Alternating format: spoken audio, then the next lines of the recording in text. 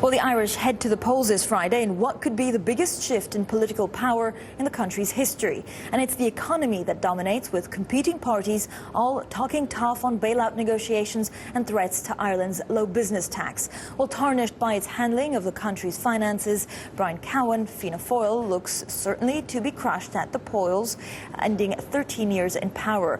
Well, one opinion poll shows that Enda Kenny's Fine Gael could snatch 40% of the vote, setting it up for coalition rule with the Labour Party. Well, Bloomberg's Elliott Gotkine is in Dublin and joins us now. Elliott, this election is looking like a foregone conclusion.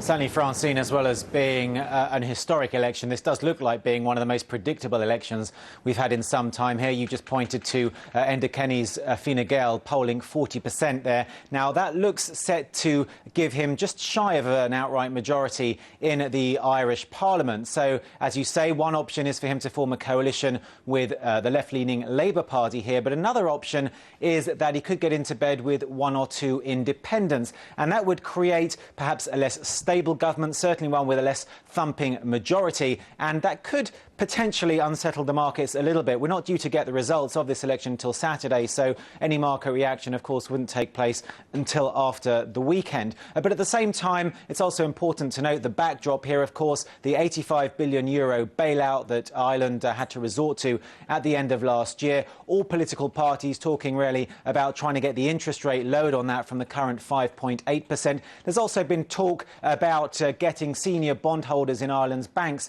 to shoulder some of the burden. Indeed, Enda Kenny has said that it's an obscenity for Irish taxpayers to shoulder alone the costs of Ireland's banking collapse. But I don't think that anyone here, least of all Enda Kenny, is going to go down the unilateral route. They wouldn't do anything to senior bondholders without the permission of the European Union. They do not want to turn Ireland into another Argentina and become a financial pariah.